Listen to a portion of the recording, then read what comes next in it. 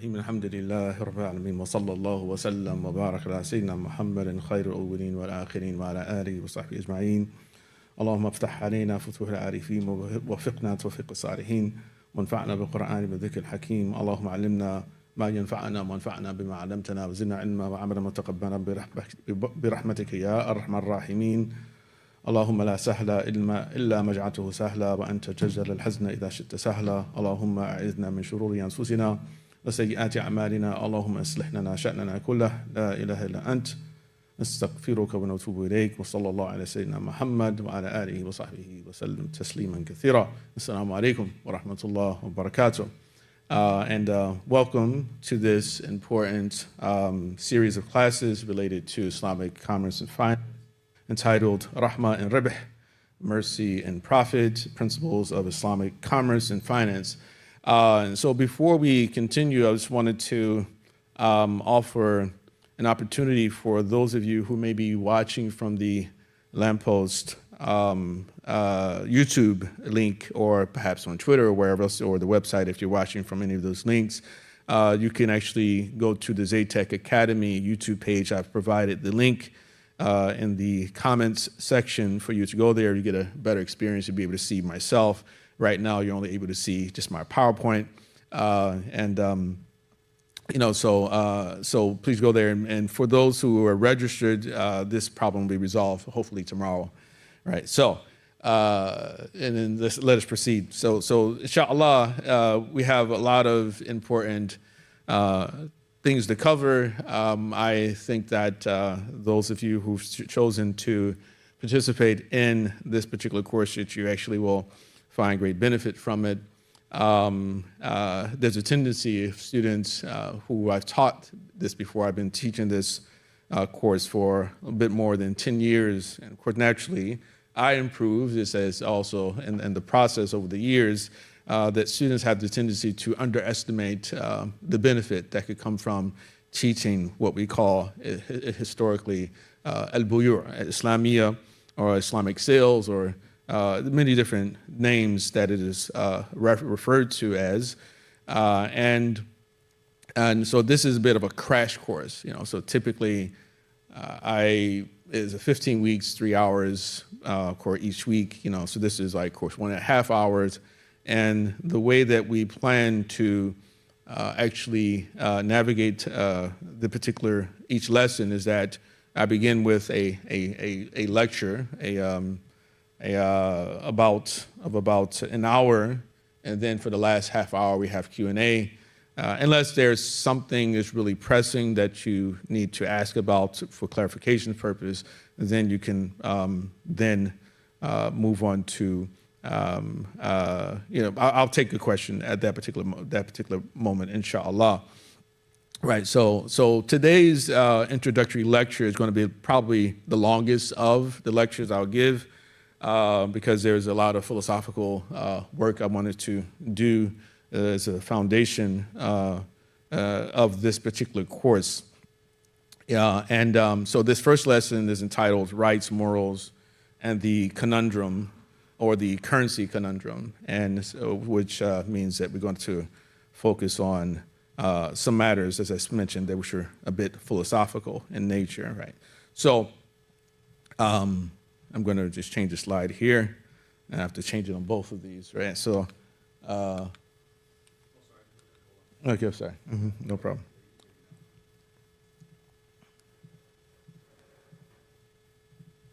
All right, so yeah, all right, there we go.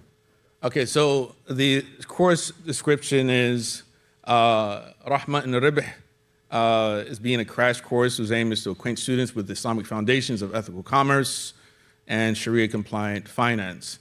Students will learn about currency in its classical and contemporary forms, ownership transfer methods, contracts, markets, and manners of trade, the integrals of valid contract, fraud, ribā, avoidable risks, what is called gharar, and other exploitative transactions referred to in the books of fiqh as batil, and also in the Qur'an, in addition to mortgages, stocks, bonds, financing warranties, bankruptcy, monopolies, partnerships, and unacceptable competitive practices.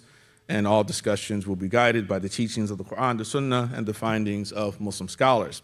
Now, for registered students, you should have received a PDF for the weekly courses and also the lesson plan, which is along with that. And so there are some readings which you can find in the lesson plan. Each week I'll say we'll read this page to this page from this particular book. And so that should be provided. If you haven't received it, if you're registered, then inshallah, we can talk about that later, inshallah. So this is fundamentally, again, I say of course, description, not destruction, right? We don't want to be, of course, destruction, but of course, description, right? So today's lesson, we want to cover these issues. So what we're going to talk about are what we call the 10 starting points of the study of commercial law. In the Arabic language, this translates as al-mabadi al-ashara, right? The 10 elementary aspects of any given sciences, and quite often, ulama, when they start the study of something, they highlight 10 particular points because you don't want to only study, you want to understand why you're studying it. What's the benefit of studying these things, right? How is it connected to other disciplines, among other things? We also want to talk about wealth. What does it mean to be wealthy? What is wealth? How does one acquire wealth? In other words, how do you become an owner of wealth according to the basic teachings of Islam? And then whether or not having wealth is good, right? To actually be wealthy and have good, and what's meant by good. That's another particular term we want to talk about. And then the connection between property and morality, the nature of the Sharia, and the future of money and its potential challenges in the Sharia. So we're going to talk about that eventually.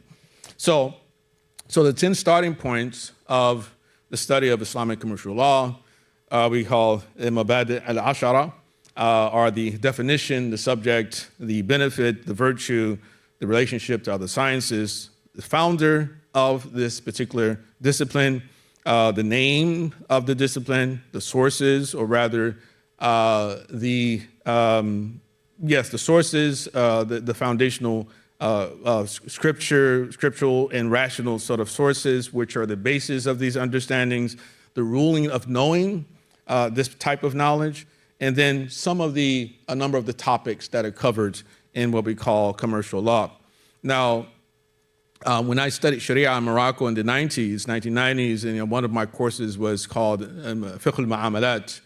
And mu'amalat is a term often utilized to refer to matters of commerce. Mu'amalat also is used by many scholars to include anything that is involved in governing the relationship between people, right? So it's not only about sort of trade, marriage, divorce, inheritance, things like that. Jihad is, can be considered an aspect of mu'amalat as well in one sense, right? But Fiqh al-Mu'amalat is one of my courses. Another course that I took was called Al-Qanun al-Tijari, right, which literally translates as commercial law, which is a study of the Moroccan law code with respect to trade, study Qanun al-Shughul, right, sort of occupational law, among other things, right, Fiqh al-Watha'iq, contract law. So these are among the courses that were part of the curriculum, al-Qarawiyyin and the Kulliyah Sharia. Right, so we're gonna talk about again these 10 points of departure. So let's start first and foremost with the definition, what we call in Arabic al-hadd. Sometimes people use the terms like ta'rif, right? But here al-hadd. So Islamic commercial, or we can say business law, can be defined as the rules regulating the financial and related transactions between people with regard to their validity or invalidity. Financial covers the exchange of goods for currency, as well as barter exchanges. And related transactions covers the rules governing ownership transfers for no consideration, like gifts and charity. Right, so we all know what barter is. It means to barter, right? Anyone not know what a barter is? Like in Arabic, we call it mu'awada or maqayada. Anyone not know what that is? To barter? You could be honest, right? But in other words, the idea describe the type of trade happens between people where no cash is involved. Like, for instance, I'm going to trade this remote control for, a bottle of water, right? So that's barter, right? So, like in the old days, as we say, I'm going to trade my my cow for, I don't know, 2 or 3 sheep, right? So barter, right, is the foundation, right, of trade, right? Money itself, we're going to talk a little bit later about that, like why money itself became sort of universal and important, sort of a point of mediation between the 2 items, the 2 assets that are being exchanged, and those type of situations, right? So this is what we call, again, the definition. The second issue we're going to talk about is what we call the mawdu', or the subject. So the subject of study in commercial law is human conduct, right? And which is really, in one sense, is the study of all forms of law. Excuse me, it's human conduct in the realm of trade specifically, right? So fiqh itself is concerned with human conduct and the accompanying moral values assigned to each act. Right, so law is about assigning a moral value to every human action, right? So something's either haram or it is halal, right? It can be recommended, it can be makruh, disliked, it can be wajib, it can be compulsory as well, right? So what are the things that are specific, right? So here we're concerned with human conduct in the realm of trade, right? So when we study salah, for instance, we're talking about, of course, human conduct with respect to worship or ritual, right? Here we are studying the human conduct in the realm of trade, right? What's lawful, what's unlawful, right? What makes a contract or a deal valid or invalid, right? And what is the consequence of something being declared valid or invalid?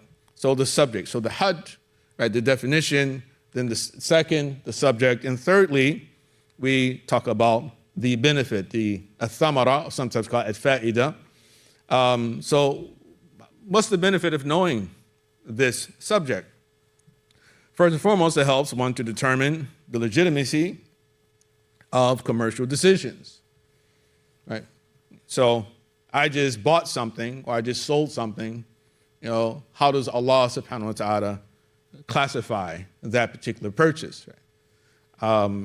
And then secondly, if you study it, the benefit is that it grants you a certain type of prestige, just like anything. Like, so something other people don't know, then it's like you say, hey, well, that in itself has its own benefit. And in the same way that when someone goes to university, you get a degree, oh, he has a PhD, the person's master, or you get ijazah, right? And people are like, oh, it gives you a type of social prestige. And people are like, oh, so-and-so actually is educated, right? So that in itself is important, right, in the greater scheme of things, especially when we're talking about interaction with different people in society. It gives a certain type of authority. The next thing we want to talk about is what we call the fadl, or the virtue of knowing. So in other words, we have multiple hadith which exist in this particular regard. And I will say that these are 3 hadiths which are mentioned. One of them, it says that the Prophet ﷺ said, طَلَبُ الْحَلَالِ فَرِيضَةٌ بَعْدَ الْفَرَائِضِ, that pursuing what is lawful is a duty after all duties. This hadith itself is, the authenticity is debated, right? But, it's something that's been passed down that is, just like there's a famous hadith, طَلَبُ الْعِلْمِ فَرِيضَةٌ عَلَى كُلِّ Muslim, that the seeking knowledge is compulsory upon every Muslim. That this is has a similar sort of sound to it. And actually there's another narration of the hadith actually does say that talab al-halal faridatun ala kulli Muslim, that the seeking halal is compulsory upon every Muslim, right? But again, we have to be careful when we quote a weak hadith and make it clear all the times that when a hadith is weak, it means that it's likely the Prophet did not say it, right? It's more likely he did not say it than he did say it. It's possible he did, right? But it's more likely he did not say it. But the reason or the benefit of actually being aware of these type of hadiths, I guess we can say, is that it sort of shows you that that these are the type of teachings which influence Muslim civilization, right? Just because the hadith is weak doesn't mean that Muslims did not sort of act upon it, right? The existence of those hadiths A weak hadith is not a fabricated hadith. In other words, we can't say there's an outright lie on the Prophet ﷺ. It's just that we don't have as much confidence as we should have in it to say that the Prophet ﷺ said it. Another hadith is, Allahumma barik li ummati fi bukuriha. Oh Allah, bless my nation in its early morning efforts. So here, a hadith encouraging us to go out early in the morning to go seek our lawful provision. And there's a very famous hadith where the Prophet said, لو توكلتم على الله حق توكله لرزقكم كما يرزق الطير. That if you were to rely upon Allah to the extent that He rightfully deserves to be relied upon, then He would provide for you in the same way that He provides for the birds. تغدو خماصا وتروح بطانا. They go out with their bellies empty and they return with their bellies full. Right. So that is a hadith of the Prophet ﷺ expressing the importance of tawakkul ala Allah. But here, in Islam, begging itself is highly discouraged. And some scholars even say haram for you to be a beggar, right?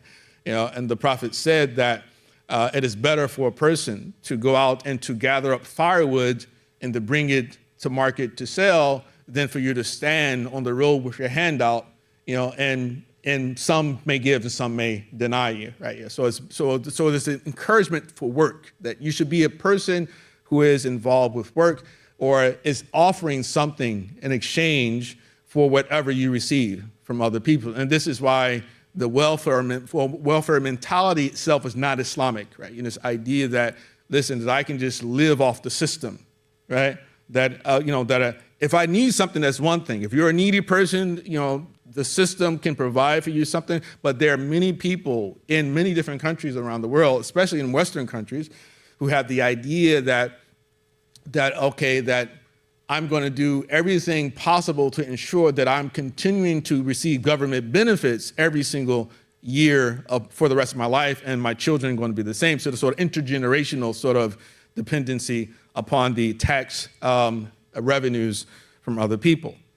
Then there's this other hadith where it says, مَا عُبِدَ اللَّهُ تَعَالَى بِشَيْءٍ أَفْضَلَ مِنْ فِقْهٍ فِي الدِّينِ. So no person worships Allah. I left that out. So no person worships Allah with anything more superior than understanding in religion.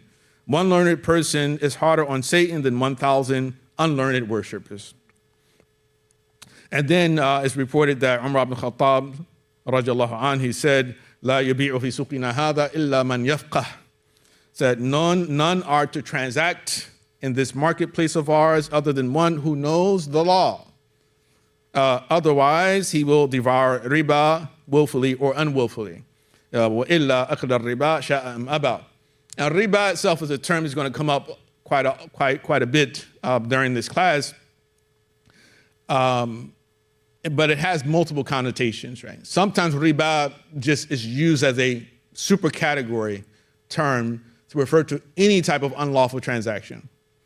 But then we have ribā, which is used specifically with respect to the disproportionate exchange of what we call fungibles, right? And we're going to talk about what is meant by fungibles and unfungibles and et cetera, things like that, right? So here's an emphasis that if you're going to go become a business person, if you're going to go to sell, or even if you're going to go to buy, that you have to have knowledge that what you're buying is lawful to buy. You have to have knowledge that what you're selling is lawful to sell, right? So, because otherwise you're going to be involved in something which is unlawful, and so that became his rule, that if you can't occupy this space unless. So it becomes an example we call sort of virtues that of knowing this particular knowledge.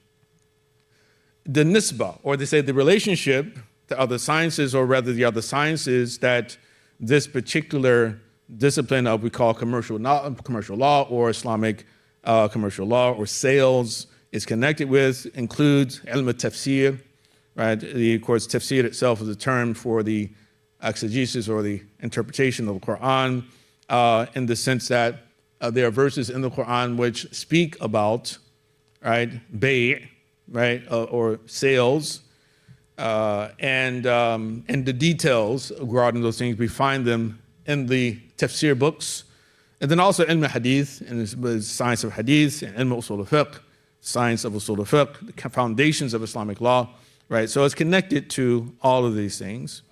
Nextly, we'll talk about who's the founder of buyur, of course, who is the one who actually created commercial law, right?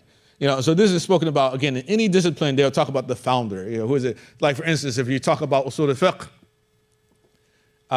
Islamic legal foundations or the foundations of Islamic jurisprudence, they often say, okay, Imam al-Shafi'i. So who founded it? Who started it? Say Imam al-Shafi'i. Right? Now, Imam al-Shafi'i didn't make up the science. It's just that he was the first person to actually write something authoritatively, right, about the science, a book itself, his risala, right?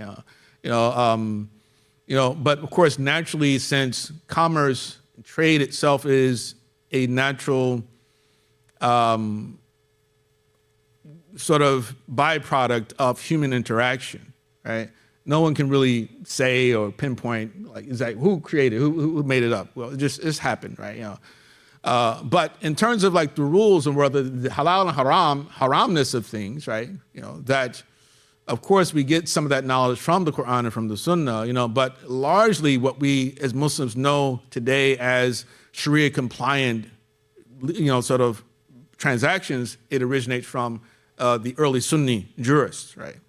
And so I specifically refer to the early Sunni jurists because the Shia, the early Shia, in particular the Imami Shia, that they themselves were not involved or believed that ijtihad was haram, right? Especially if you think about the 12 were Shia. So when the 12 Imams were alive, they said, well, ijtihad is invalid, qiyas is invalid, right? So it took them some time before they started to embrace the concept of ijtihad. But the Sunni scholars had got started on this very early, right? So, but once the 12th Imam, or supposedly, was born and it was kept in his lesser occultation, and then later on disappeared into his greater occultation, which supposedly returned towards the end of the time. Then after that, the mantle of Shi'ism was passed on what we call the Sufara, their ambassadors, these three men, who were supposedly communicating to the last of the Imams in secret. And then eventually, the Mujtahidun, the period of Jihad came after that, right? But so the Sunni scholars got, started on this very early. And then a 19th century Maliki jurist known as Ibn al-Hajj al-Fasi from Morocco, from Fes, 13th century, the 13th century Islamic, but from the 19th century. He says that the beginnings of fiqh itself, overall, not only fiqh of Islamic commerce, goes back to 27 of the Prophet's companions.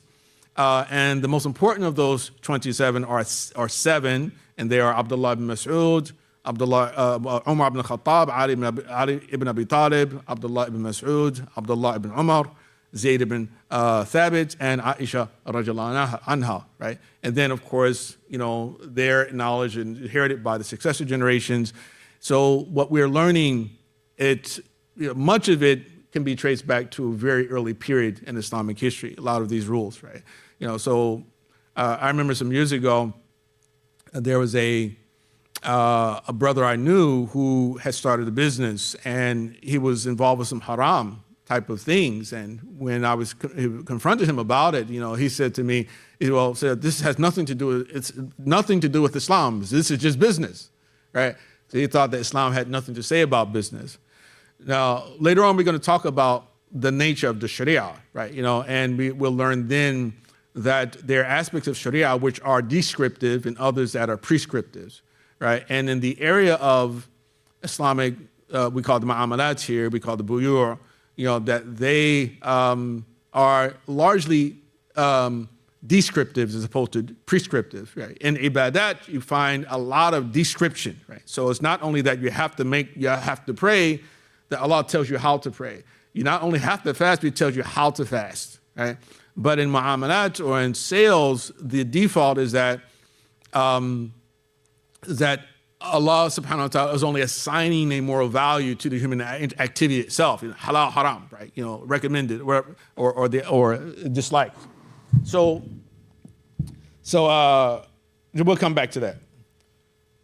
So then the name, the ism, what do we call it? What we're translating here as Islamic commerce or Islamic business, terms like a mu'amalat or fiqh al-buyur or just buyur. You can find al-buyur a chapter in pretty much any book of fiqh, any book of hadith.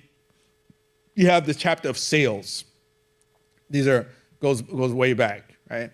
Then we talk about, again, what is the foundation, the evidentiary foundation of these teachings. So all judgments of commercial law are an extension of one or more of 17 Islamic sources. Among Sunnis, there are 4 undisputed sources: Qur'an, Sunnah, Ijma', Qiyas, and then 12 which are disputed. Maliki jurists largely embrace all 16. Right? I'm a Maliki, right? So all 16 sources, and differ over the inclusion of a 17th known as mura'at khilaf, or dispute consideration. Now, that's important because the ruling that you may hear in public, right, with respect to Islamic Sharia compliance, right? The answers to whether or not a type of transaction is compliant may depend upon what particular madhab the person has adopted, or what list of sources have they validated as legitimate to deduce that particular judgment that they have stated about the thing. And I think that this is something that gets missed quite often, right? In a lot of the conversations, especially with respect to Islamic finance, because quite often we think that there's just simply one way or one answer to every single example. Even when we talk about ribā, we're going to talk about some of the sort of discontinuities between classical ribā and what we classify as ribā today, right? And that's why talking about currency is really important. That's why we'll see as we work up to it. That's why I want to deal with that today. Next is the ruling, the hukm. So what's the ruling of knowing buyu'? We already heard the statement of Umar ibn Khattab, لا يبيع في سوقنا هذا إلا من يفقه. No one shall sell in this marketplace of ours, and no one shall transact in this marketplace of ours except for one who knows the law, right? So it can be fard ayni, fard kifai. Right? So the difference between fard ayni and kifai is that fard ayni is an individual obligation. In other words, that every single person needs to know, right? But for mu'amalat, not every single person needs to know the rules of trade, right? But fard kifai, in other words, if we say fard kifai, it means that someone in the community needs to know what the rules are. But since trade itself is so universal, everyone is involved in trade. Because remember, barter itself is trade. Right? When I used to work as a chaplain in the prison. I remember one time the brothers came to my office because they're not allowed to have cash in the prison. They say, well, and one brother say, well, I gave him a bag of potato chips last week, and he says that, if I give him the chips, he'll give me two packs of Oreos next week. They asked me, is that ribā? And I was really shocked. I never thought I would find myself in that type of situation to answer that kind of question, but it was a really interesting barter arrangement within the prison. They actually are not supposed to do it, according to the rules of the prison, but they do it all the time, right? So they say, well, who cares what the prison has to say about the rules, right? So they trade quite often, right? But it was really an interesting question. I say, well, he's trading the bag of potato chips for 2 packs of Oreos. Is that, then I have to think about, okay, what madhab and what's the reason for something being ribā or not. So I think that the stronger position to say is that knowing the rules of trade is compulsory upon every single Muslim, right? So anyone who wants to involve himself with some type of trade, a sale or a purchase, they need to have knowledge of the licitness or the illicitness of that particular transaction, right, before they do it, right? And that's, of course, as long as there is a hukm known in the Sharia itself. If there's not a hukm known in Sharia, then the majority of the view that the default, anytime a novel type of transaction is created, is that it's halal, until proven haram. Right? And that's the opposite of ibadah. In ibadah, right, worship, the default is that something is haram until proven halal. Right? الأصل في مياهنا الطهارة في الأرض والثياب والحجارة والأصل في الأبضاع واللحوم والنسب والأموال للمعصوم تحريمها حتى يجيء حل ففهم هداك الله ما يمل. Right? So that's sort of from a poem of a scholar known as Abdullah bin Hamid Ali, where he talks about, okay, that the default status of water and of garments and of stones on the earth, right, is that they are ritually clean, right? In other words, if you praying on the floor, for example, but then you suspect, okay, is there some najasa, right? Some filth on the floor, right? If you can't prove that it was something there, then the default is, okay, well, you're fine, nothing to worry about. Or some water, you walk outside and some water drops on your head. Okay? Say, okay, was that like urine, or was it, like you understand, was it the rain? You don't know. Did somebody spit? Right? You don't know what it was, right? But it's like, okay, the aslu fiha al-ibaha, or the tahara, right?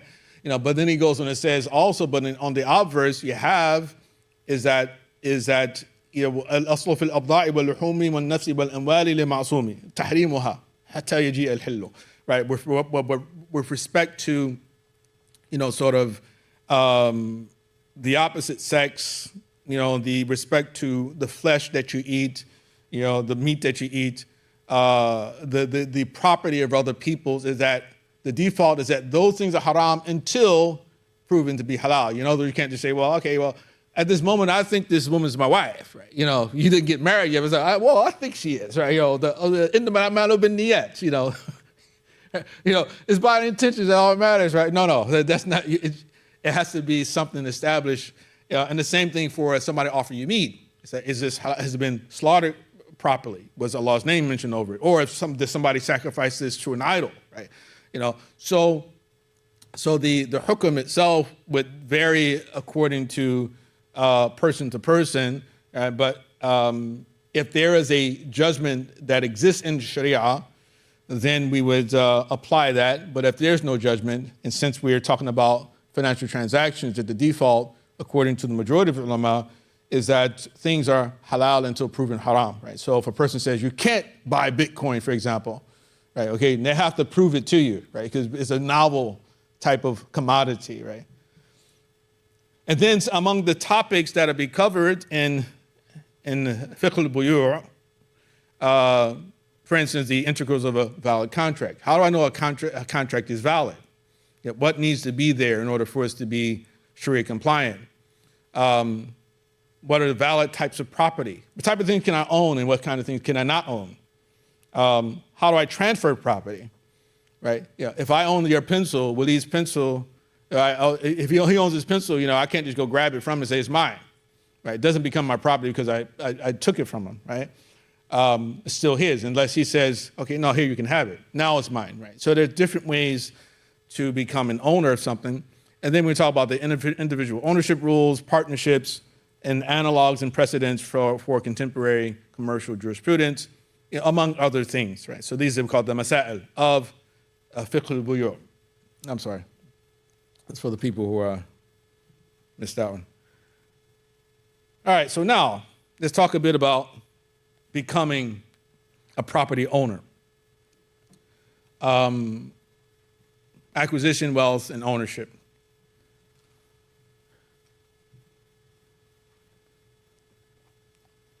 This is really important hadith in the Imam Tirmidhi's Jami', where the Prophet ﷺ, he said, Al-ardu Abdullah, wal ibadu ibadullahi, man ahya muwatin fahiya lahu. So all land is God's land, and all people are God's people. And whoever gives life to a dead land, it belongs to him. Now, this particular hadith is important for a lot of reasons, So because we live in a time where God is no longer at the center of people's interest anymore. But in the pre-modern period, not only in Muslim lands, but throughout the world, that God was at the center of everything. And when we reflect upon why we were created to worship Allah subhanahu wa ta'ala. And if you add Araqib Asfahani's opinion, they say we were created to do khilafah in the earth, in other words, to be stewards of the earth, and also to imarat al-ard, in order to also to build and populate the earth as well, right? So it's ibadah, that's imara, and khilafah, right? So all three of those things, right? And so Allah created us to establish his worship, right? So when all the land belongs to God, that means that if God's people own land, then the land belongs to God's people, right?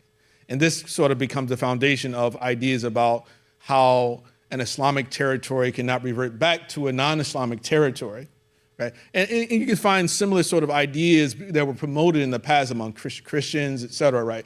So Christians have a sort of like this idea of divine right, or if you go back to the Treaty of Torres brokered between Spain and Portugal, who were warring against one another, and the Pope had actually brokered a sort of a treaty between them, and then pretty much divided the world into two different parts, and basically say, okay, well, this part goes to Portugal, this part goes to Spain, right? I believe it's Torres Diaz. Hopefully I'm not wrong about that. But basically this is why, for instance, Brazil speaks Portuguese, and they have Mexico speaks Spanish, right? So between the Spanish and the Portuguese, and so even before they were here, they say, well, this is all God's earth, and we're the people of God, so it belongs to us, right? So, but again, it wasn't only them. So Muslims similarly had a similar type of thinking on this matter for the most part. And when ibad Allah, and the servants are God's servants, in other words, and all people are God's people, meaning that no person is born a slave, right, to another person. They're born slave to God, right? So that's also, and then he goes on and says, whoever gives life to a dead land, it belongs to him, right? So with the condition, of course, that it's not owned by someone else, right? And if any of you saw the interview between Professor Jordan Peterson and Benjamin Netanyahu some years ago, I think it may have been more than one interview, but I remember the very first interview, and Netanyahu was making this argument, this legal argument that, the Palestinians who were here, they had land, but they weren't doing anything with it. They weren't cultivating it, so we had the right to take it. Right. So that becomes an additional argument that they make.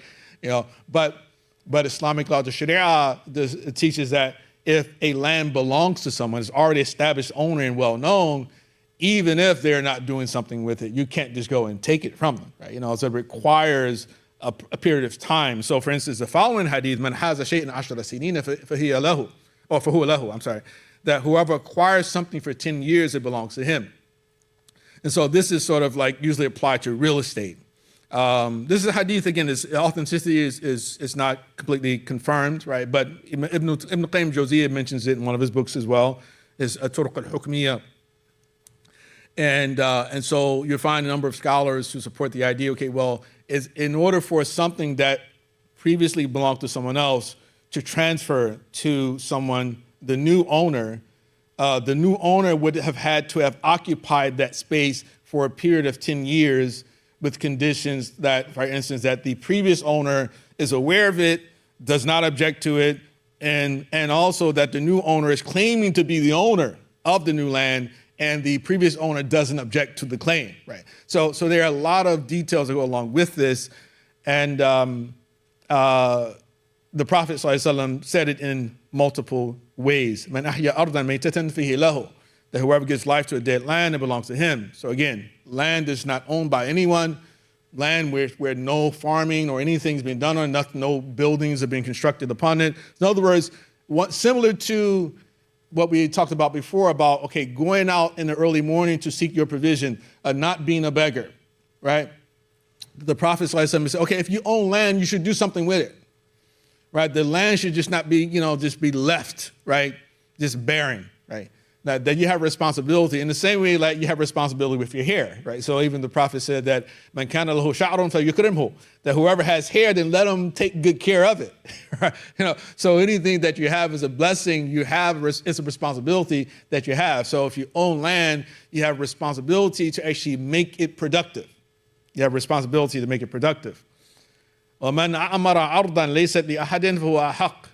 Whoever populates a land that doesn't belong to anyone has more right to it. So here we see like effort. You can think about this in another way as well. So here we're largely talking about real estate, but even we call sort of the manqul, or sort of the movable type of properties. You go outside and let's say, I don't know, imagine that this place is not owned by anyone. You find yourself an apple tree, orange tree, whatever, and it's not nothing's on the ground. You climb it and you grab it. It's yours, right? All right, well, on what basis is it yours? It's yours because you put the effort into it. You did the work. That's how it becomes yours. You do the work and then it belongs yours. Or if it's on the ground, you bend down, you pick it up. It's now yours. And somebody comes by and snatches it from you, injustice, right? So again, so even the philosophical ideas about justice and injustice, they develop from just property rights, right? So here's a question that I often ask. I'm going to ask you all too. First and foremost is, what is wealth? Or rather, well, a better question is this. What does it mean to be wealthy? Anyone can answer. What does it mean to be wealthy?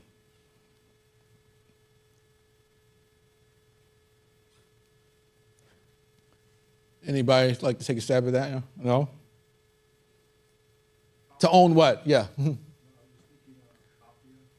The afia. Okay, yeah. That could be sort of spiritual wealth, right? Sort of, physical wealth, right? You have good health, right?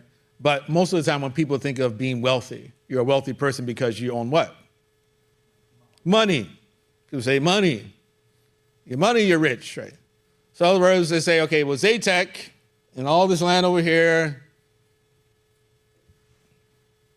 let's say if they have zero balance in their bank account. Is Zaytech poor now?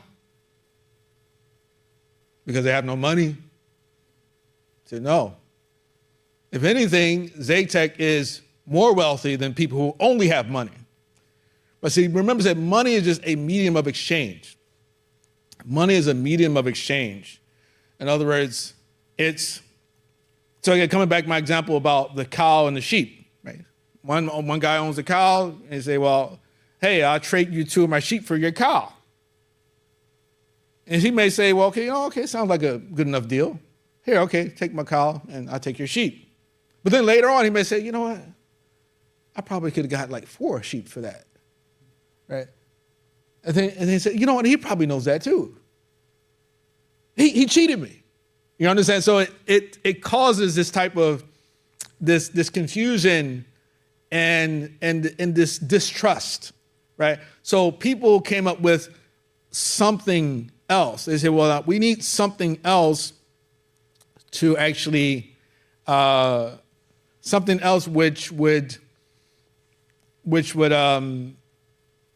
remove the sense that one has been defrauded, right, from the equation. So money is born, right? And of course, primitive money takes different forms. Is it conchs? Is it beads? Depending on, again, where you are. But eventually people, they embrace gold and silver, right? Gold is non-corrosive, is rare, right? So eventually it starts to have certain types of value assigned to it, right? And people accept it, okay, universally, that gold has value, that gold is a valuable substance, and it became the standard for the transfer of one asset to the other. So it stands in the middle. It's a middleman between my cow and your sheep, right? Or my apple pie and your cherry pie, right? So whatever. So barter, itself became, less efficient or much more prone to confusion and the sense that people have been dealt injustices. So basically, but people make the mistake is they think that, okay, to be wealthy is to have money.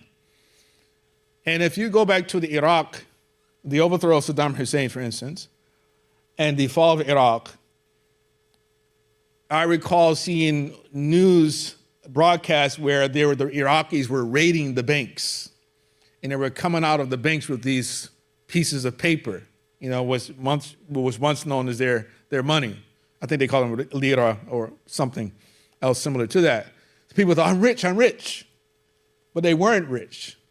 Why? Because those pieces of paper meant nothing if you didn't have a working government. You didn't have any stability. Those pieces of paper only had value, on the basis of, what the government and other governments assigned to them. Right? But since there was no longer government, there was no value. So again, to have money is not to be wealthy. To be wealthy is to have, again, property, to have real estate, to own a cow, own a sheep, right? To have your food, to have your furniture, have your clothing, right? That's actually real wealth, because I use my money to buy those things, to have intrinsic value, intrinsic benefit, right? So that's what real wealth is. And so when we look at zakat, for instance, zakat is due on what? It's due on, yes, it's due on gold and silver, yes. But it's also due on farm produce and livestock. Real wealth, right? Real wealth. So you give a poor person a cow, think about that. It's like, as you pay your zakat, you're giving them a cow, right? Which is, often it was more so sheep most of the time. They give them sheep and goat, right? But even those things, okay, what can I do with it? Okay, I can drink the milk of the goat or the cow, right? But eventually those things may have babies as well, right? I have wealth that actually ends up growing, right? And the same thing for friends. You give me a crop. If I know something about farming, I can take seeds, I can plant them. You understand? So we have to sort of change the paradigm. The paradigm that we live with right now is one where people think that to be rich means to have cash. Yeah, cash comes in handy. Like, for instance, you want to travel somewhere. It's like, I want to take vacation. If you don't have any cash, but you have property, you have like actual assets, physical assets, you can sell them and then you can get cash and then you can go and pay somebody and go somewhere else, naturally, right? But if you have nothing, you're not really wealthy, right? And actually, if you can have a bunch of cash and you put it in the bank, and you don't realize that with inflation, the longer you have your money in the bank, that what happens is that inflation, the buying power of those dollars decreases over time, because every time they print more money, the buying power goes down. Now, for instance, I'll give you an example of this. In 1971, gold was valued at $41 per ounce in 1971. How much is gold now per ounce? It's more than $3,000, $3,300 per ounce now, right? So that's not only a reflection in the increase in the value of gold, but it also reflects a decrease in the value of dollars. People forget that part about it. So you put your money in the bank and say, oh, okay, you have $10,000 in the bank. And you guys have more than that. So 10,000, and so then next year you still have $10,000 in the bank. No, you don't. You have less than $10,000 because the buying power is actually less than what it was a year ago. And so for that reason, this is why, of course, a lot of financial specialists say, well, no, you should take your money and put it in things that appreciate, assets, invest in the stock market or whatever, real estate, things like that. So to be wealthy is to have wealth, not to have money, right? So wealth is, again, got my microphone, got my computer, right? So all these things, that's what real wealth is. And then the question is, okay, well, is it, what is good? What's meant by good? The way to say, okay, is wealth is good. And we can talk about good in two different ways. What we call ontological good, in the sense that if something fulfills your needs or your wants, then it's good. In other words, it's not a moral sort of judgment I'm making about it, right? Like, for instance, a thief, if a thief is able to get the money from the person he robs, then that's good for the thief. In other words, because it fulfills the needs of the thief. But moral good is, of course, the type of good that not only, it doesn't harm others, right, in the process, So Islam, of course, endorses the second, not the first. But typically, when we talk about property, we call them goods, right? We call them goods. It can be physical good. It can be sort of a spiritual good. It can be a psychological good, a utility. And the Qur'an refers to money as good as well. There are multiple verses, like one in Baqarah where it says, كُتِبَ عَلَيْكُمْ إِذَا حَضَرَ أَحَدَكُمُ الْمَوْتُ إِنْ تَرَكَ خَيْرًا الْوَصِيَّةُ لِلْوَالِدَيْنِ وَالْأَقْرَبِينَ بِالْمَعْرُوفِ حَقًّا عَلَى الْمُتَّقِينَ. It is prescribed for you when death comes to one of you, if he leaves any goods, that the legacy go to his parents and next of kin as is fair, as appropriate for the conscientious, right? So if he leaves any goods, right? So this goods, it means wealth, right? إن الإنسان لربه لكنود وإنه على ذلك لشهيد وإنه لحب الخير لشديد. A man is indeed ungrateful to his Lord, and he bears witness to that, for he is sure violent in love of goods, right? So goods mean like wealth, property. In other words, so it's a good, but it's not necessarily, because something is a good doesn't make it good, right? So we call them goods, but they're not always good, because some goods are haram. You understand? Prostitution is a good, right? You know, but it's haram, right? See, it's and so property rights, or rather property ownership itself, in a lot of ways is the foundation of a lot of the ideas that we have about justice, injustice, oppression. Because remember the example I gave of, okay, I picked up that apple. That's my apple now. And then someone walks by and they knock me down and take my apple from me. Right? And animals do it all the time. Right?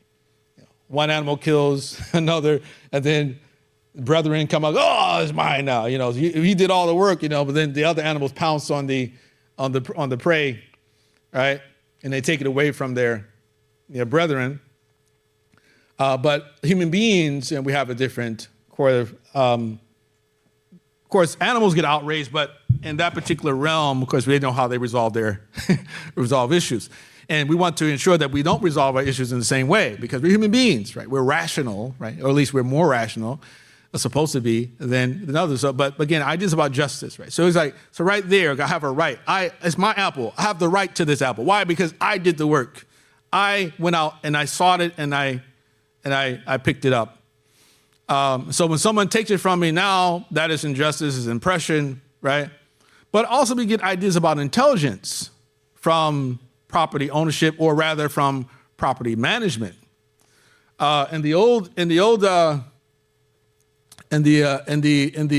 world, right, for much of our history, spendthrifts, a spendthrift was classified as what in Arabic language is called a safi, which translates as a fool. Right? Who's a fool? Right? Spendthrift. Now this is a quote from a British psychologist by the name of Michael Hand, and he talks about the idea of intelligence. He says, it remains an open question whether intelligence is a product of nature or nurture, or whether there is any meaningful way of quantifying the respective contributions of the two. Attempts to write an answer to this question into the concept of intelligence itself are wholly misguided. Intelligence might be innate or fixed, but it is not innate or fixed by definition. And the position one happens to take in the nature-nurture debate has no bearing at all on one's ability to distinguish intelligent people from unintelligent ones. In other words, we typically judge the intelligence of people on the basis of their behavior, right? So economy is a moral virtue, right? So economics itself is a branch of moral philosophy.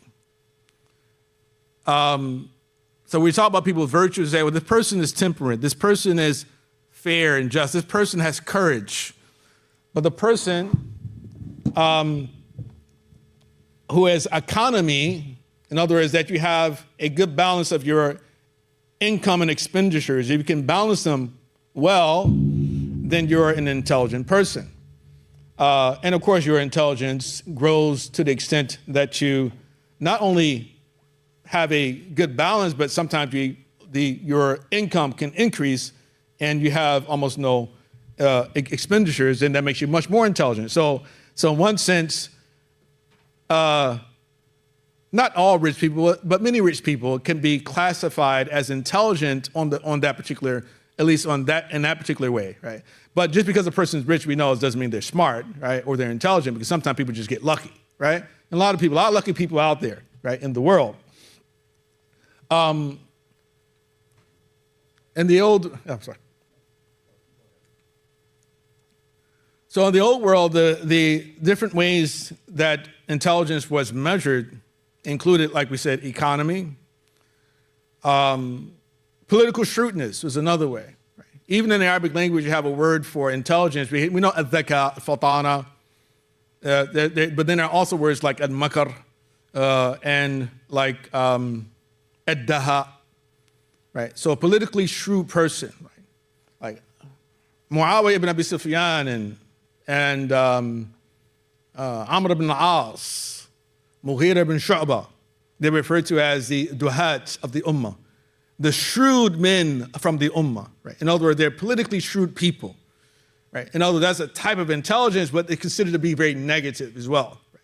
Because you have political shrewdness, in some ways it kind of means like that you're good at tricking people. Right? So you're very skilled at outmaneuvering your competition. Emotional restraint was another sign of intelligence. But then also faith. And Islam introduced this aspect as well. It's like faith. وَمَنْ يَرْغَبَ عَنْ مِلَّةِ إِبْرَاهِيمَ إِلَّا مَنْ سَفِهَ نَفْسَهُ. That who is it who would turn away from the way of Abraham except for one who makes a fool of himself. Right? So in other words, to have safaha, right? Be a state of foolishness, or to be an individual foolhardy, or is a spendthrift, like a gambler, for instance, is not a very intelligent person. And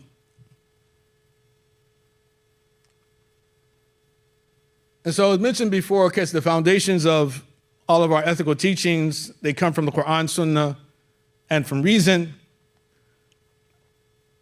And all of us are probably familiar with what we call the stated interest of Islam as well. Yarhamakallah. We call it masalih al-mu'tabara.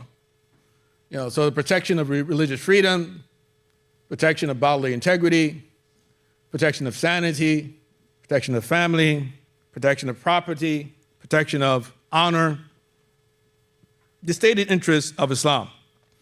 And they're typically ordered in a certain fashion.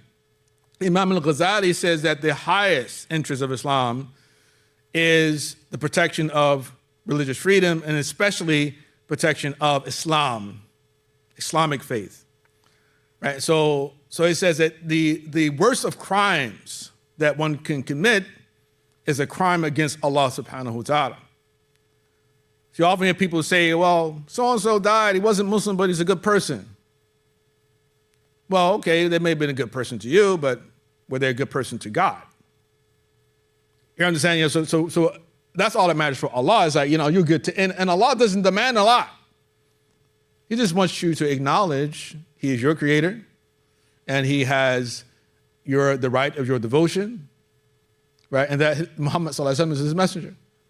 That's the source of salvation. But there are a lot of people actually who know that that's the truth, and they refuse to, again, to acknowledge it. They say, you know what, my heart tells me this, right, but, I don't have any reason not to say this or to acknowledge it openly. And so Allah, okay, no problem. Go to hell forever. Right? So even if the person may have given a lot of charity, may have, you understand, things like that. So again, this is that world where God is at the center. This is the world that Imam Ghazali lives in, right? And so that's the most important. But also the worst of the crimes are those committed against God, like idolatry, shirk, kufr, ridda, apostasy. But he said the second most serious crime that one can commit is a crime against a human person, especially a believer, right? Because Allah created the human being to worship Him, and if you take a believer out of this world, as the Qur'an says, وَمَن يَقْتُلْ مُؤْمِنًا مُتَعَمِّدًا فَجَزَاؤُهُ جَهَنَّمْ خَالِدًا فِيهَا وَغَضِبَ اللَّهُ عَلَيْهِ وَلَعَنَهُ وَأَعَدَّ لَهُ عَذَابًا عَظِيمًا. That whoever kills a believer intentionally, then his recompense will be the hellfire. Living, residing therein forever. Allah will be angry at that person. He curses him, and He's prepared for that person an enormous punishment. So to kill a believer is the worst thing that one can do. But also to to harm a person's physical body, right, as well. Right? So I said after murder, then you have physical, like decapitations, dismemberment of people's bodies, or harming them in a way that they are no longer able to use parts of their body, right? So those the second words. But then he said the third the third level of gravity when it comes to crimes are those committed against people's property, right? So then he goes back and say, okay, well, why Allah created the human being to worship Him, right? So when the human being comes into this world and decides to worship other than Allah, then again, you're not here pursuing the purpose for which you are created. Allah created the human being to worship Him. If you killed a person, then that's fewer people on the planet to worship Allah subhanahu wa ta'ala. But they say, okay, well, if you destroy people's property or take their property from them, then you expose them to starvation and all the types of tribulation and eventually death. And again, once again, the reason for which human being has been created is now is undermined, right, through those actions, right? So these are important philosophical issues to reflect upon when we talk about Islamic law, and in particular with regard to Islamic commercial law. And then, of course, human actions, they are given at least one of 5 moral values. Actions are either compulsory, recommended, neutral, disliked, forbidden, and then we can talk about it being valid or invalid. And when we say something compulsory, it doesn't simply mean that you have to do it. It means that if you do it, there's reward. If you don't do it, then you're subject to punishment by Allah subhanahu wa ta'ala. Sometimes in this world, but definitely in the hereafter, right? If you don't carry it out. You have to pray. You have to pray on time, right? And you say, well, I know that, but I'm just not going to do it anyway. Okay, subject to punishment. But if you do it, there's reward. Recommended means that you get a reward if you do it. Neutral means that there's no reward, no punishment. You don't have to do it. You're not obligated, and also it's okay if you don't do it, right? Disliked or makruh means that if you don't do it, there's reward. So if you don't go to sleep after Asr, there's a reward. You get sleepy, I'm going to go to sleep after. Why? Because if I go to sleep after Asr, then I might miss Maghrib, right? If I go to sleep after Maghrib, I might miss Isha, right? So it's makruh. It's not a sin. If you're sleepy, you're just sleepy, right? But it's better for you to try to keep yourself awake and then to carry it out. Haram or forbidden means that if you do it, you're subject to punishment. If you don't do it, then there's a reward. There's a reward in it. So you get the idea. So all the rest. So the Sharia itself is concerned with every single thing that a human being does. Everything that we do has a moral value. Even me waving my hand like this or like that, everything has a hukum, right? I can keep doing this over and over and over, right? And it may irk you, and that itself is pretty much neutral if I'm just doing it. But if it starts to irk you, and then I know it irks you, and I keep doing it, and that itself, it can become sinful, right? So, but there's a moral value assigned to everything that we do, right? And so, if we're involved in trade, there's a particular moral value assigned to every particular transaction. Then, again, moving towards the end, I told you this particular lecture is going to be the longest, right, of all of them. We want to talk about what is called fiat money, fiat currency. Now, fiat currency is the money that is pretty much authorized by the government. It's not backed by anything. It's only backed by a promise from the government that it's worth something. Now, in the history of most countries, gold and silver used to be the universal currency. And that was the case in the United States as well, in America. And as I mentioned before, the reason why the transition into currency or money was because of the problems that were developed from barter. Then in 1913, the Federal Reserve Bank was created, right, here in the United States. And the Federal Reserve Bank is not a government bank. The Federal Reserve Bank is a private bank that, for some reason, has the exclusive right to print dollars. The Constitution gives the government the right to print money. But the Federal Reserve Bank, for some reason, has the exclusive right to print money, of course, through the U.S. Mint, right? They'll call the U.S. Mint and they'll print. And it's not a physical printing of money. We're going to talk about that in a second, right? But in 1913, the Federal Reserve Bank was created. Sorry, I made something here. So I'm going to hit a little bit.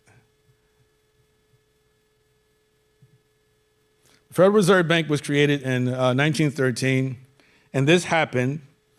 And then in 1933, under President Theodore Roosevelt, there was a buyback program, right, developed, like the gold buyback. So any Americans who actually own gold, and which was worth anything less than $100, was you could keep it, but anything above $100 or more, that you had to turn it over to the government. And so the government gave those people paper money or promissory notes in exchange for the money, the gold that they took from them, but with the understanding that it was as good as gold, right? So your money still is as good as gold, but we're going to take it from you. We're going to take it all from you. And so the American dollar was backed by gold all the way up until President Nixon's presidency. And in 1971, he decided that they announced that we're no longer going to peg US dollars to gold anymore. Right? And this was supposed to be a temporary thing, that they were supposed to cancel this temporary, supposed to last for a year or something like that, but then went on forever, right? And that itself naturally became a big problem, because you have this paper money similar to the Iraq example, right? It's only worth what the government claims it's worth, right? And then what other governments around the world believe it is worth, right? And that devalues the money. The money's been devalued over time, Now, 2 years later, the benefit, the boom that came to the US dollar was what's called the petrodollar agreement. So all of the OPEC countries, they signed on to this, I don't know if you call it a charter or some type of formal agreement, which basically said that they're going to peg, or in other words, that they're going to make sure that they're going to demand that anytime someone wants to buy oil or gas, right, that they have to pay in US dollars. That in itself led the United States to become the most powerful empire on the planet today, the petrodollar agreement. Now, and basically what happens is it operates like according to the basic rules of an audible talab, in Arabic we call it, for some reason in English, sort of supply and demand. So in other words, if as the US dollar is in high demand, right, the more its value increases, the more buying power it has, right? Like anything else, right? And of course, the less demand that something has for it, then the less buying power that it has. And then eventually it also leads to the US dollar becoming like we saw the world reserve currency. So banks around the world actually they had to own a certain amount of dollars. So when transfers happen, that they can pay people in dollars in different amounts, right? So, but the whole fundamental point is that fiat money itself, it used to represent gold. It hasn't represented gold since 1971, and this becomes the case all around the world as well. And an interesting story, too, that I think to tell is that if we go back to even prior to the American Revolution, in the United States, in the American colonies at the time, it wasn't called the United States yet, in the American colonies, they developed a type of paper money. They called it the colonial scrip. It wasn't backed by anything, no gold or silver, right? So the American colonies, they were still loyal to England, right? They're loyal to the crown, but they decided, this kind of things are kind of hard here, that we're gonna create our own money. They created their own paper money, and as a result, and all the different colonies used to utilize this money to transact between one another. The crown, the king, found out about this, Benjamin Franklin actually sent word and communicated with the Bank of England and told them, okay, well, why they were doing this. But in the following year, a new edict was passed that actually outlawed the use of the colonial script, right? And that itself led to a Great Depression inside the United States. And so, I mean, well, it wasn't the United States yet, but the colonies, right? And actually, this is one of the major catalysts for the American revolutions that a lot of people don't know. This is one of the catalysts for that. They decided, no, you can't use that money anymore. Only our money. You know, we sort of, so they want to keep them poor so they can keep control of them. But they came up with this sort of really fancy way to enrich themselves, even though it was enriching themselves from really pretty much nothing. But people themselves agreed with, okay, no problem, we're fine with it, right? If the community places value on something, then, we're going to see when we go deeper into the rules of Islamic trade, that itself becomes an overriding basis for validation, right? As long as there's no text that actually that outlaws or sort of forbids a certain type of transactions. Now, currently, the world debt is $324 trillion, right? So of all the countries in the world, that's how much debt, collectively the countries they owe. To who?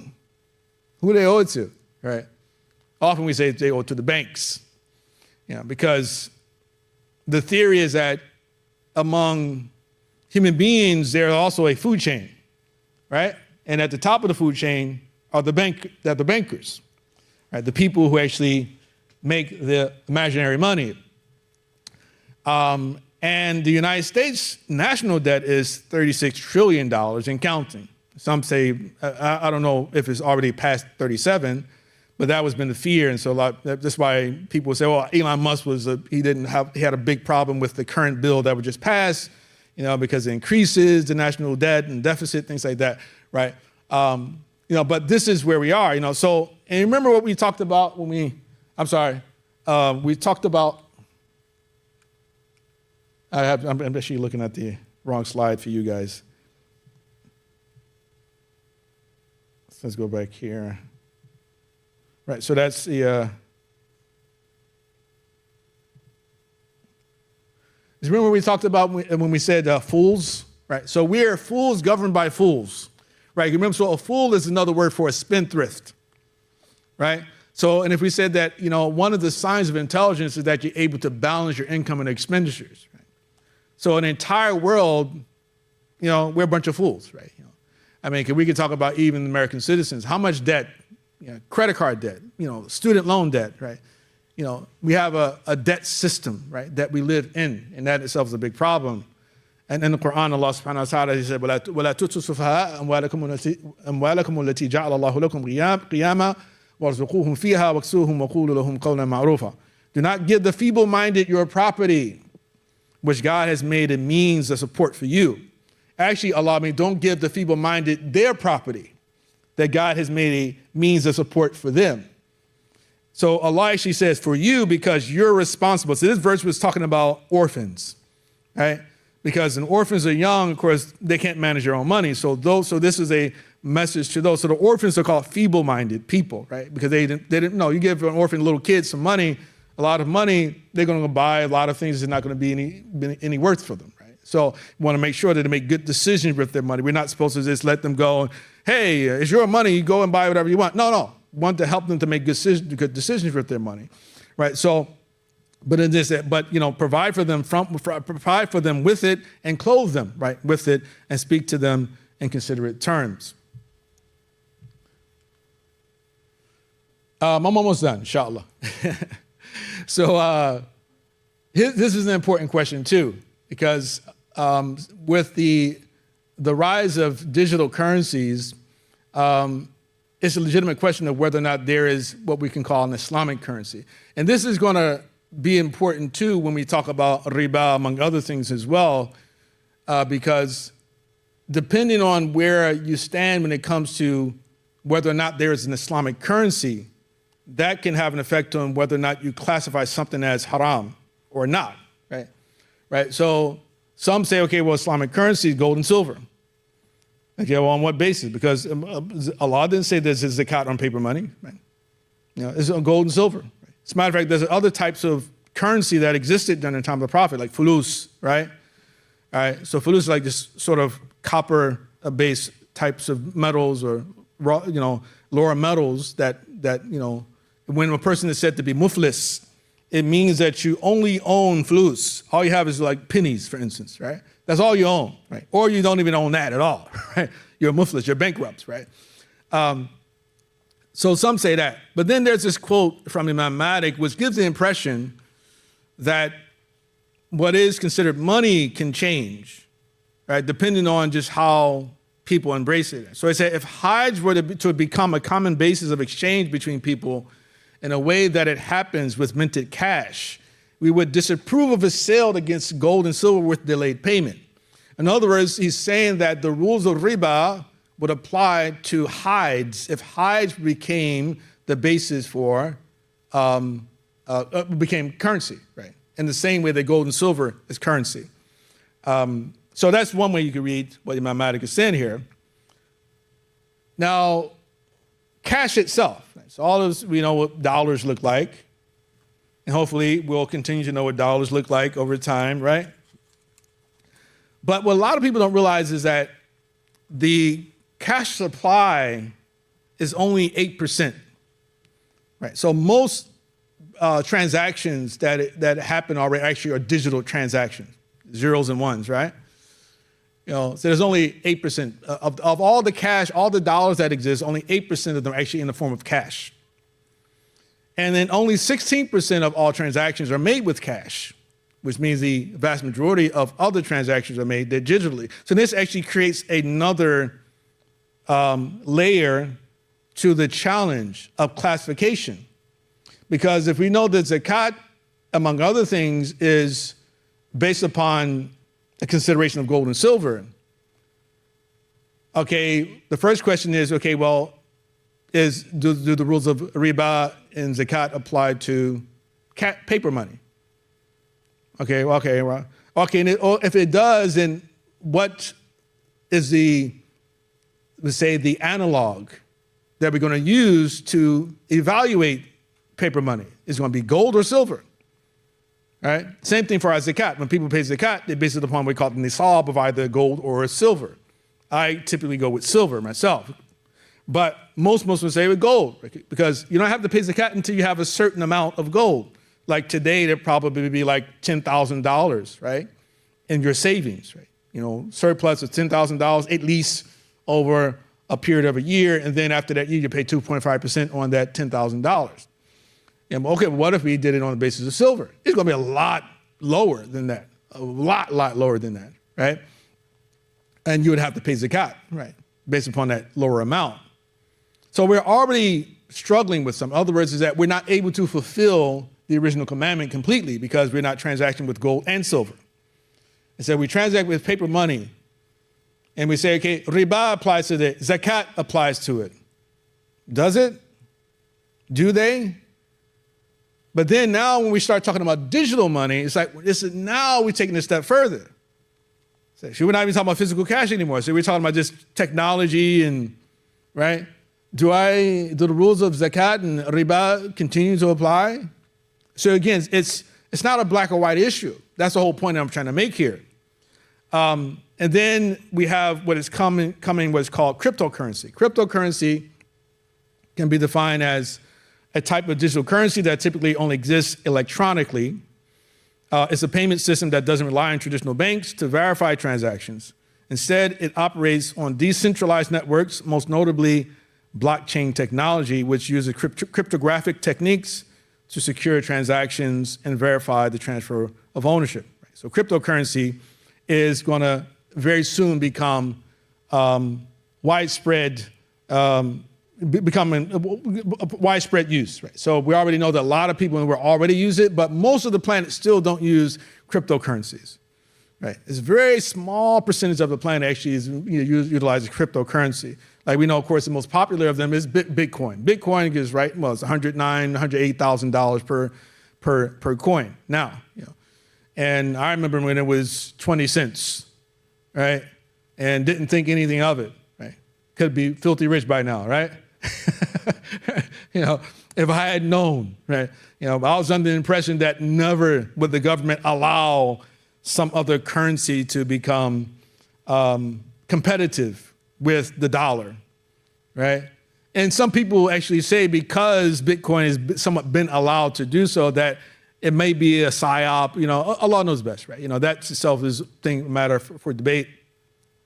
But it's decentralized, to say, so it's not controlled by the government. It has a community that transacts with it, and its value increases year after year based upon the demand for them, right? But this itself is a technology, among other things. And so there are a number of challenges, of course, that cryptocurrencies they pose to many different sectors of society. The banks were opposed to Bitcoin and other things for a number of years, trying to suppress it. Why? Because all the people who created Bitcoin, what they did was they created a new commodity of investment. And all that money that's going into Bitcoin originally would have gone into the banks. So that made them upset. Say, well, wait a minute, we didn't authorize this. We're not making money off of this, right? So and they've been fighting for different ways to gain some leverage over the cryptocurrency community, and it seems that they're kind of getting there. They're almost there now, right? That the bankers are going to eventually be able to make some money, right, off of this, right? And then they're going to be praising, all these things, and I'll tell you before, cryptocurrency is just used for just unlawful activities and for money laundering and for criminal activity and terrorism, But then once they actually get their hands on it, they're gonna say, "Hey, the best thing that ever happened," right? So there's a possibility again of certain banks becoming insolvent, and basically because the technology allows for people who don't have bank accounts to actually hold it. You don't need to open a bank account anymore, right? It also can be, one particular danger to consumers is what is called central bank digital currencies.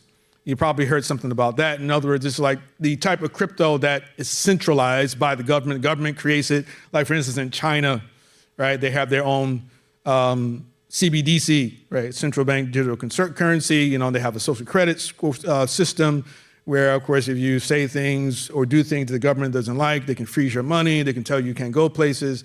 So there's a particular danger involved there, right? And it's a video. At the end of today's talk, I'm going to show you like a short, 4-minute video. Just kind of emphasizes those particular dangers. And with respect to Sharia, again, so we talked about issues of zakat, the challenges there. Is it gold and silver or is it digital money? In marriage, there's a minimum dower that is stipulated for a woman in certain methods, like the Maliki schools, that the mahar can be less than what is called ribā dinar, a quarter of a dinar. Okay, well, what if we're not transacting gold anymore? Right, so and then we move on from cash, and then we move on to digital money. Is digital money like if I give, if a person were to give his future wife some cryptocurrency, right, or just transfer something to their bank account? Of course, we all know we've already come to accept that transferring money to the bank account is really money, right? But I'm just kind of raising a more methodological and philosophical issue. But in terms of crime as well. You get your hand chopped off if you steal something of a certain worth, among other things, right? So let me try to finish this off. So here, actually, I didn't send you. I wanted to send you the video too. Let me see if I can send you the video. That way, both those on Zaytech's YouTube page can hear, as well as my people on my particular stream want to play this video. Where is it? Yeah, there it is right there. Let me see, I can forward it to you. Oh yeah, I'm sorry. Actually, there's a PowerPoint. There's a PowerPoint, right? Okay, yeah, there we go. Okay, yeah, go right ahead. Yeah, yeah. We're about to abandon the traditional system of money and accounting and introduce a new one. And the new accounting is what we call blockchain. It means digital. It means having a almost perfect record of every single transaction that happens in the economy, which will give us far greater clarity over what's going on. It also raises huge dangers in terms of the balance of power between states and citizens. We are shifting to a new financial system, but the general population is not shifting to a new financial system. It's shifting to a control grid. CBDC can allow government agencies and private sector players to program, to create smart contracts, to allow targeted policy functions. For example, welfare payment. For example, consumption coupon. For example, food stamp. By programming CBDC, those money can be precisely targeted for what kind of people can own and what kind of use this money can be utilized. A key difference with the CBDC is that central bank will have absolute control on the rules and regulations, and also we will have the technology to enforce that. They're saying we can control with rules. We don't need currency anymore. And so it's no longer a financial system or a currency system. It's purely a digital concentration camp. It's a slavery system. When Catherine Austin Fitts talks, we should listen. She's a former high-level investment banker in New York and held senior office in the first Bush administration in Washington. There may be 1,000 models of how it could work. But essentially, you will have, whether it's a banking account or a credit card, and it can be turned off and on. So my incentive system is not you go to work and work hard and you get money. My incentive system can be based on how you behaved in the last 5 minutes, on a 24/7 basis. CBDCs, as the name suggests, would be issued by central banks like the Federal Reserve in America and the Bank of England, not by high street banks. They would signal the end of cash, and every transaction you make would be transparent and held on a permanent database. Crucially, under a net zero regime, your carbon footprint could be at the heart of the system. We're developing, through technology, an ability for consumers to measure their own carbon footprint. What does that mean? That's where are they traveling? How are they traveling? What are they eating? What are they consuming on the platform? So, individual carbon footprint tracker. This can be the infrastructure for a carbon credit system. It's totalitarian control, and if people don't become aware of it now, it's going to be too late to backtrack. In an unknown future, one thing is certain. Digital IDs are essential to the project. If they become compulsory, data on every detail of our lives will be monitored, stored, and monetized. Nothing, but nothing, would be private. For younger people, often it's the case that they like technology, they're completely au fait with it, they enjoy it. So they don't see the dangers that technology can bring because, like a drug dealer does, you feed people, low levels of drug where it's all fun. And then later, when you have them addicted, you feed the hard stuff and that destroys their life. So in a similar way, all of this technology is currently pretty much nice, but when the central bank digital currency comes in and the control comes in and the censorship systems, then the younger people will realize all too late in many cases that they've walked themselves into a trap. I'm gonna let this one's going a little bit slower. It's almost done as well. So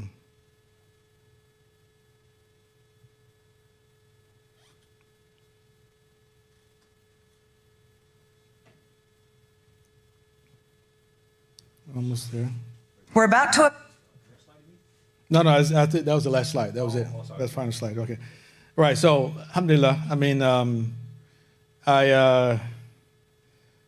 it's been on a little bit longer than I originally intended, but I think there should be a lot of benefit that came from that. But, I have some time for a few questions. But before that, I just want to mention that for those who've registered, for those who have not registered, then starting tomorrow, everything that is going to be private.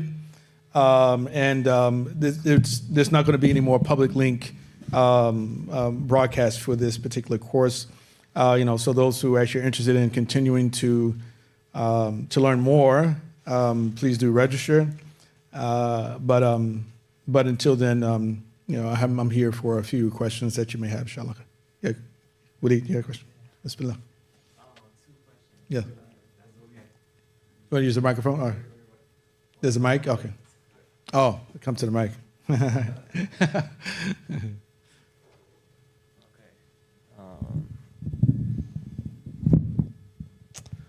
First one is, so I think you mentioned in the beginning that this is a compilation to a certain degree of not different fiqh opinions. You obviously are Maliki, but I guess when it comes to mu'amalat, is there a strict madhabi difference like there is in fiqh of worship type stuff, or is it more blended when it comes to madhab, and especially when it comes to modern issues? Yeah, I mean, you do have some issues in the madhab where some methods allow for certain types of transactions that others will say they're haram. Right? You do have that. For instance, what is called bay' al-bara'a, which is, how can we translate that? It's when you buy something as is, for example, right? You go buy a car, used car, and the owner says, hey, I don't know if there's anything wrong with the car, but you want to buy it, you have to buy it as is. Don't come back to me later on telling me that you found a problem with this or that, right? So bay' al-bara'a, the Malikis, they're considered it a valid type of transaction. The Shafi'is say no, right? This is for example. But in modern Islamic finance, there's a lot of what we call legal, what Arabic called talfiq. There's a lot of sort of legal eclecticism, right? In other words, it's sort of cutting and pasting between different schools.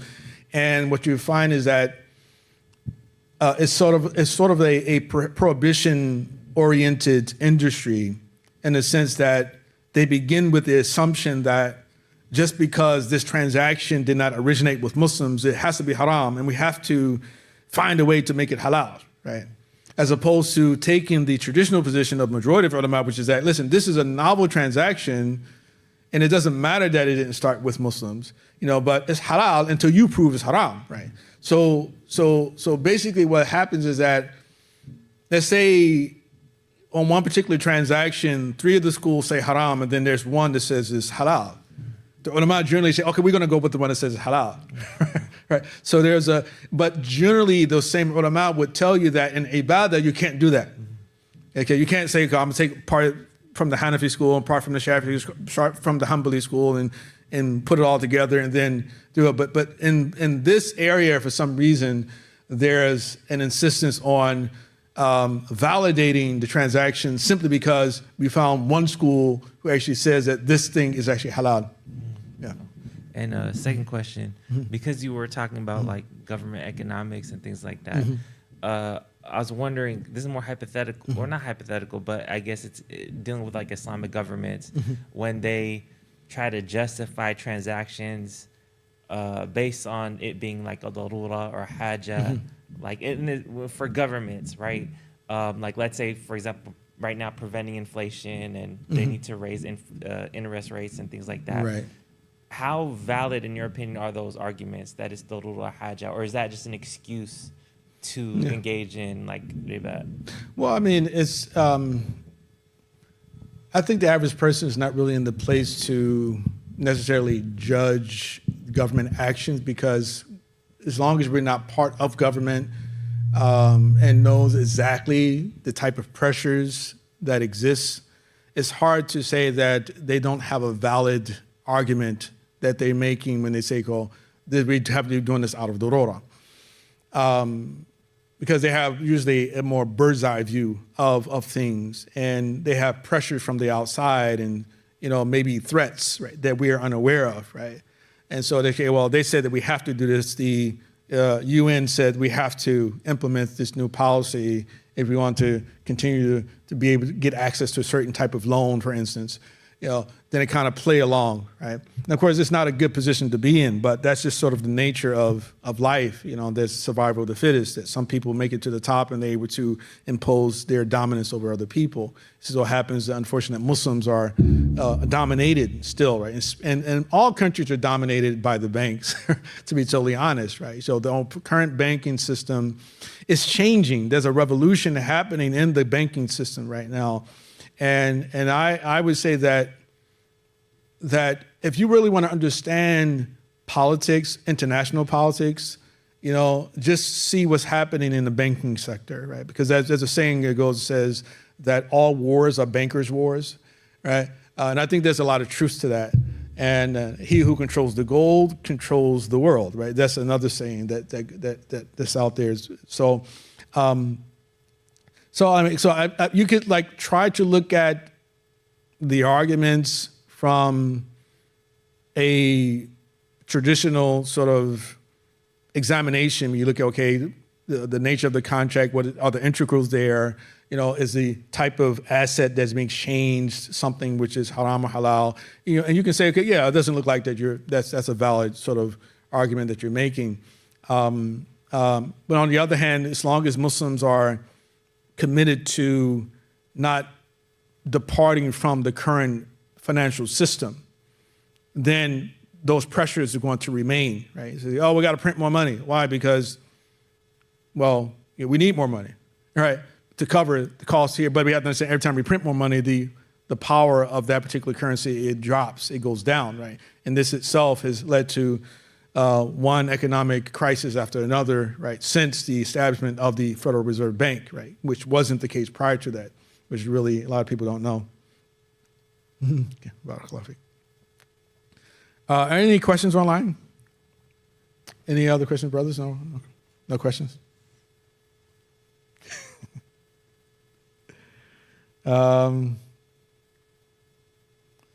Let's see if there's any questions. No, I'm not seeing any questions. Let me see. I'm going to look. So I'm going to go to Zaytech. Zaytech's life.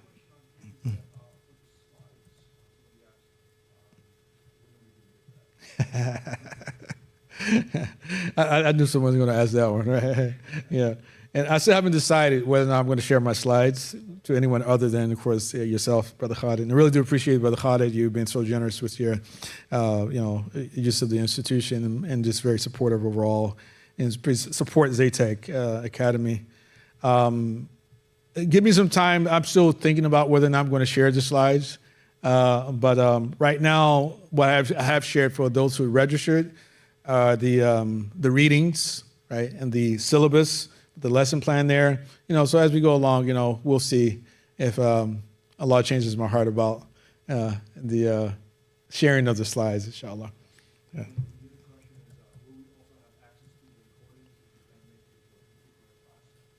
Yes, you will have access to the recordings if you're registered and you can't make it to a particular class.